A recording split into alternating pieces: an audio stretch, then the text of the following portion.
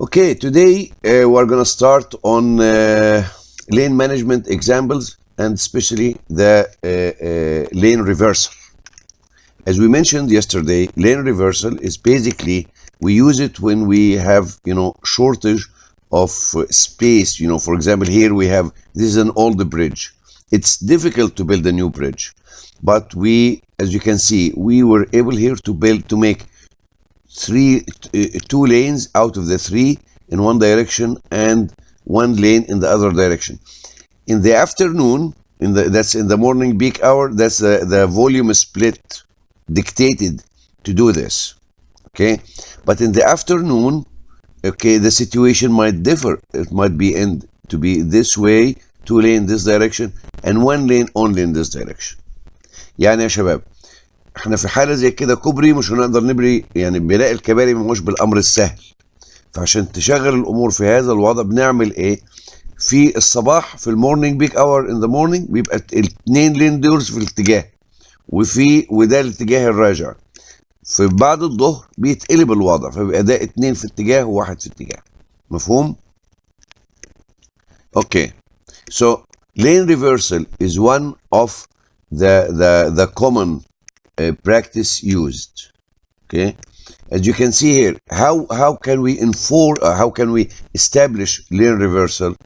Okay, either using this way, using these signs, or by physically shifting the barrier, as we can see here.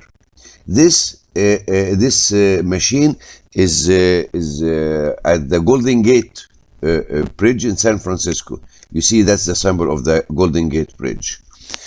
And how does it work? It goes with the traffic, with the flow.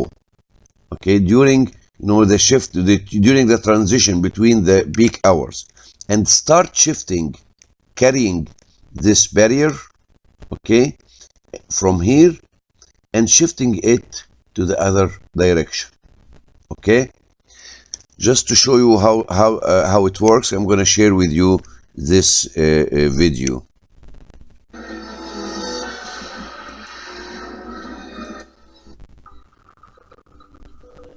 That's the Golden Gate Bridge, and that's the barrier here.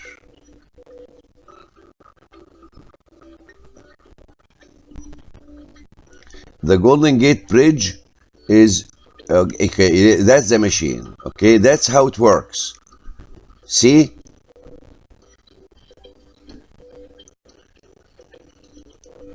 it's going smooth with the traffic.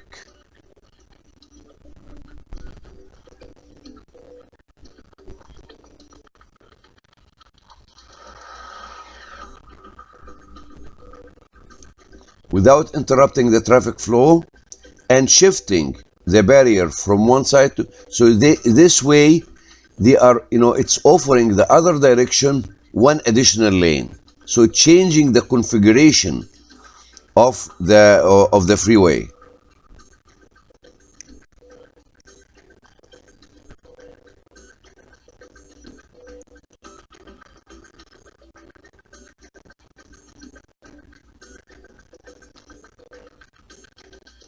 So now in this direction we have, the number of lanes is getting reduced by one lane.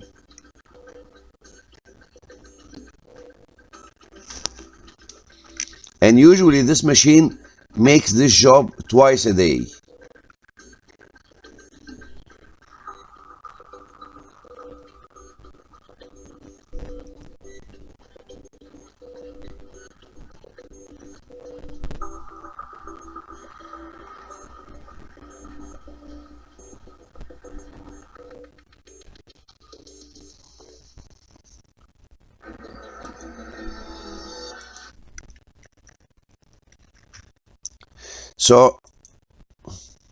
So now back to the lane management strategies. Okay, how lane management strategies work? It works on eligibility, access, or pricing, and we discussed this yesterday. So we are gonna just go straight forward to an example or a case study. Case studies, lane reversal assessment. How can we assess numerically with values the each strategies of this strategy? Okay, so in this case, in this example today, we are gonna focus on the impact of lane reversal on highway capacity and level of service, operational case, existing facility. We have an existing facility and we want to evaluate, okay, the impact of lane reversal on the quality of level of service. Okay, so in this case, we have a multi-lane highway. It has a number of lanes, 6 lanes, both directions. Lane width 3.2 meters. Median, yes. Shoulders, so basically median, that's a barrier. Shoulders, we have 0.6 meter shoulders. Traffic volume 41,000 average annual daily traffic. That's the K during the percentage during peak hour, 14%. The directional split is 0.65. It's important to notice that lane reversal is good if you have a D value, greater than 0.55. Okay. The topography, rolling terrain, and heavy vehicles percentage 12%, peak hour factor, and basic free flow speed 70 kilometers per hour. And the design objective, improving the current level of service. So let me just grab this information here and let's move it to a whiteboard.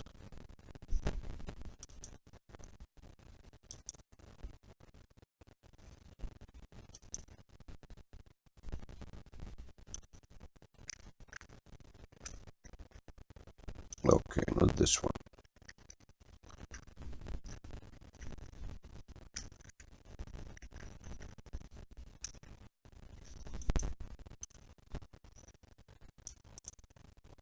So basically what we need to do, we need to assess the current situation. Okay? We need to make an assessment for the current situation.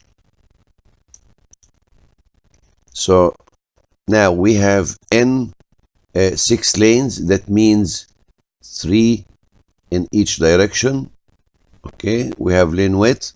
So let's make adjustment for the free flow speed. Free flow speed equal the basic free flow speed minus adjustment factor for lane width minus adjustment factor for lateral clearance minus adjustment factor for median minus adjustment factor for access point. So here the basic free flow speed is 70 kilometers per hour. The lane width, as we can see, it's 3.2, so it's gonna be, there's gonna be a reduction due to that. So let's go to the design tables here. That's a multi-lane highway. So for lane width we have 3.2, so we have a reduction 5.6. So here we have 5.6. Lateral clearance, we have shoulder 0.6 and median, yes, there is a median. So we are going to assume that we have 0.6 and 0.6, 1.2. That's total lateral clearance. Total lateral clearance equal 1.2 meters. So let's go back and see the adjustment for total lateral clearance. That's the adjustment for lateral clearance. We have 6 lanes and we have 1.2, it's 2.7. So this is minus 2.7. Median, we have median, so there is zero. Access point, we don't have any information about access points, so we are going to assume it's 0. So the net speed here will be 70 minus 5.6 minus 2.7. So this is going to be 61.7 kilometers per hour. Now let's determine what's the directional design hourly volume. DDH HV equals the average annual daily traffic volume multiplied by K multiplied by D. So here we will have 41,000 multiply 0.14 multiply 0.65. So that's the directional design hourly volume 1. That's in the peak,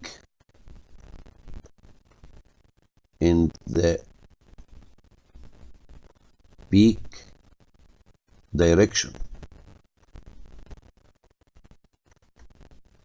ده في الاتجاه الزحمة يا شباب. اوكي. ف remember we have one direction and we have the other direction. So we have 65% going this way, and we have in the other direction 35% coming from the other direction. We have originally 3 lanes,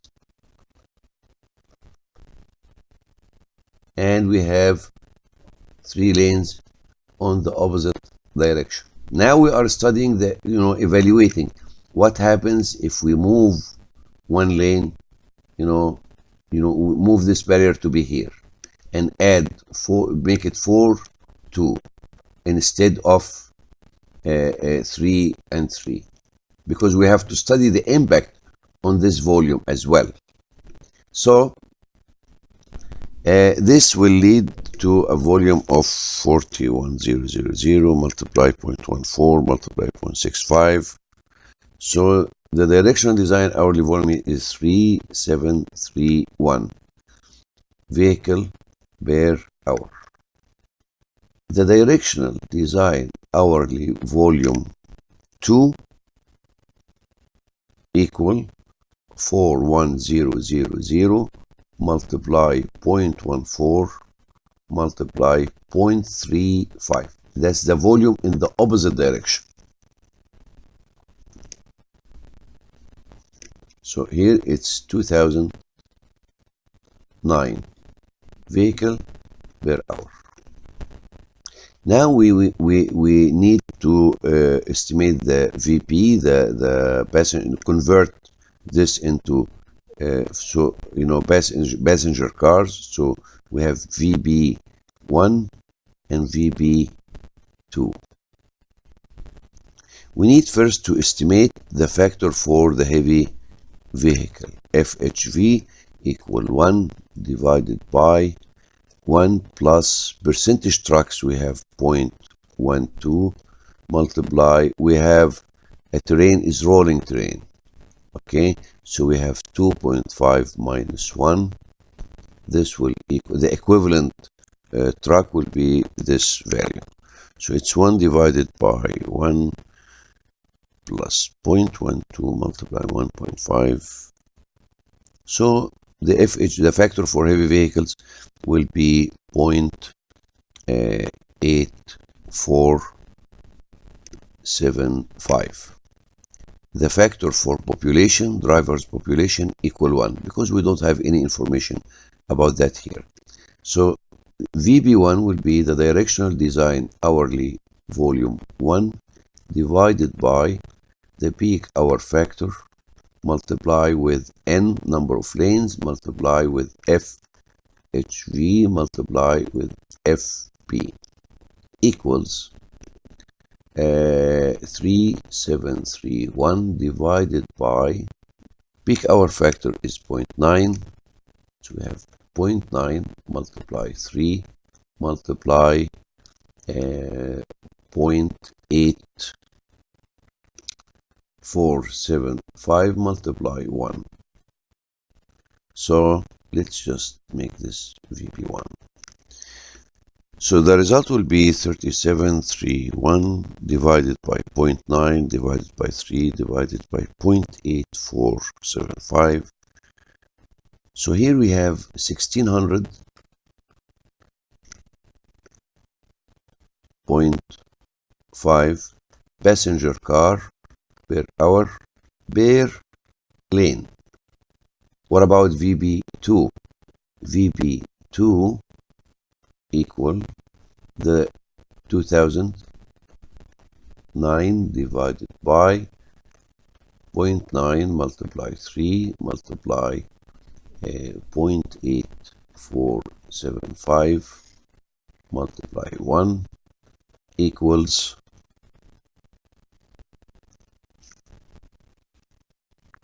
this will result in 807 or 78 actually passenger car per hour per lane. As we can see, there is huge difference between both. Now let's assess the density in so we have D1. As you can see, the volume here is significantly above the 1400.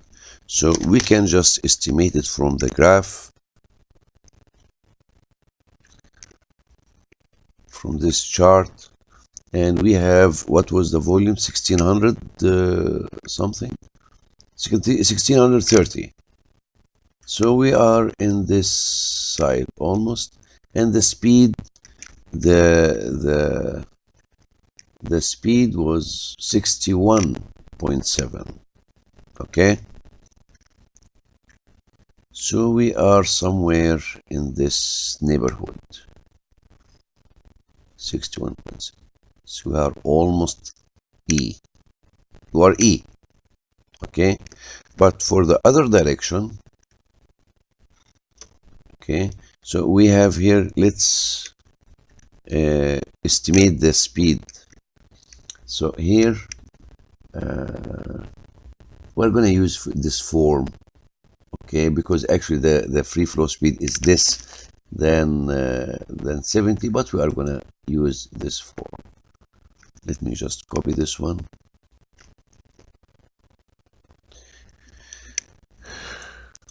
So let's calculate the speed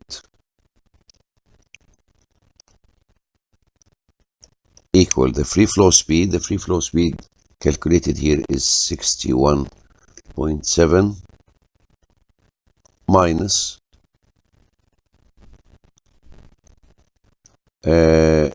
3/28 multiply 61.7. Actually, I'm using this form, and it says here that, you know, the free flow speed is 70. Okay, equal. I think it's less than or equal, but I'm going to use it because that's what's available for us here. Minus 75/14 multiplied with VB. VB in this case is 1630 minus 1400 divided by 25 multiply 61.7 minus 1250, and this is to the power of 1.31. So this will result in the following.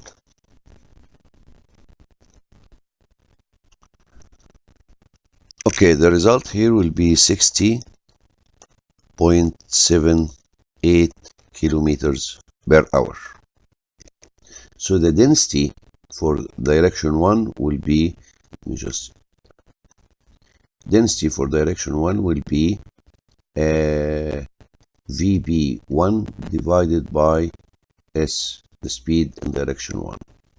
So here, this is going to be 1630.5 divided by 60.78. So 1630. So this is going to be 26.8 passenger car per lane per kilometer. So the level of service here is E, correct? Let's check here. So D starts from 22, ends at 22, and we are 26. So we are in E squared. يعني. Let's see the direction 2. What's the situation there? So we have VB2 divided. In this case, the volume is less than 1400. So we can just use the free flow speed, which is 61. Here it's free flow speed. So we have 878 divided by 60.7, 61, sorry, 0.7. So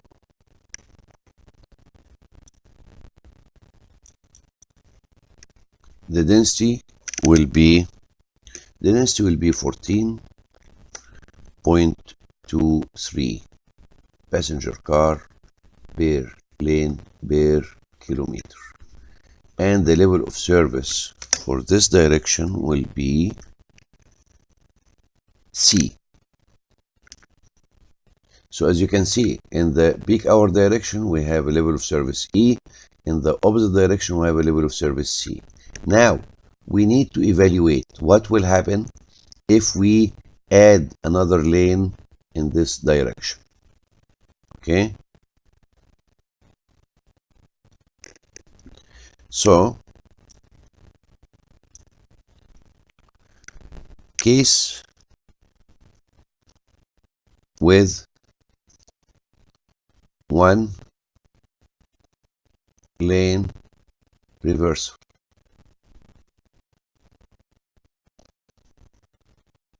Okay, so in direction 1 or peak hour direction,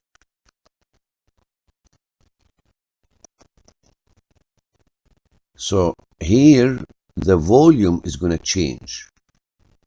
How is it going to change?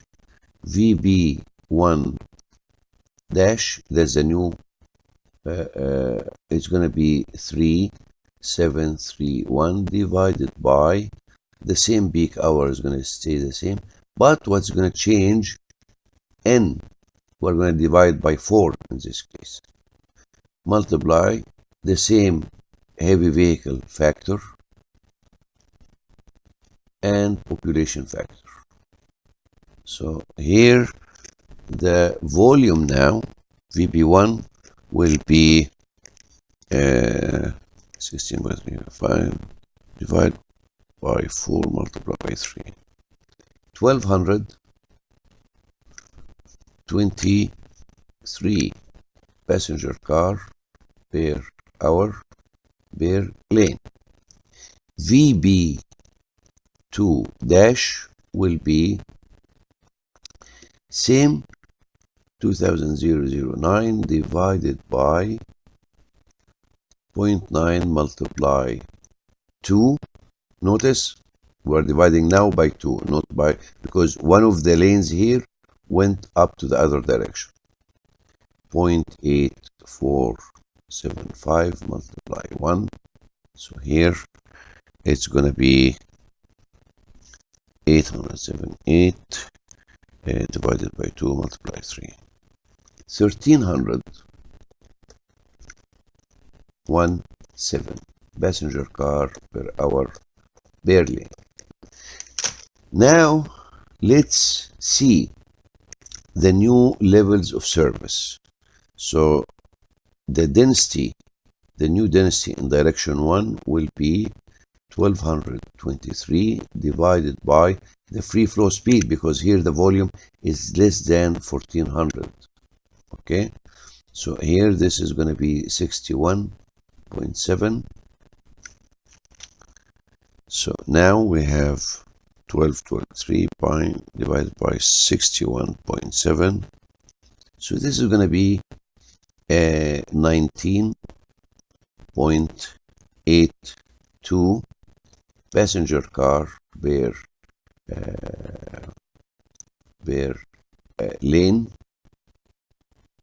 per kilometer, and direction to dash, it's going to be 1317 divided by 61.7, so this will be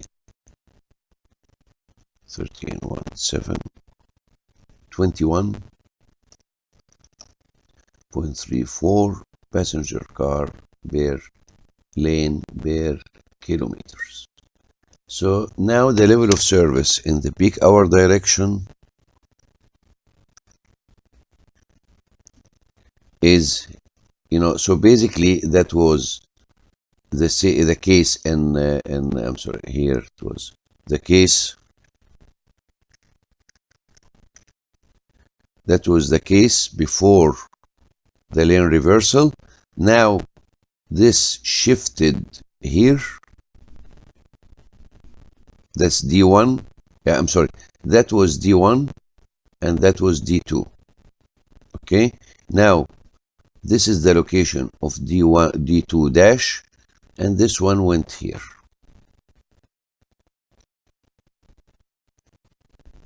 You see? So this way we came to something, both directions are now acting at D, are operating at D. So this, the level of service now equal D, and here level of service equal D. Actually, we can even improve further, okay, the level of service and the level of operation at this facility during peak hour by prohibiting heavy vehicles during peak hour. So basically, these factors will be ones, okay? But that's if the case warrants doing this action. Any questions so far?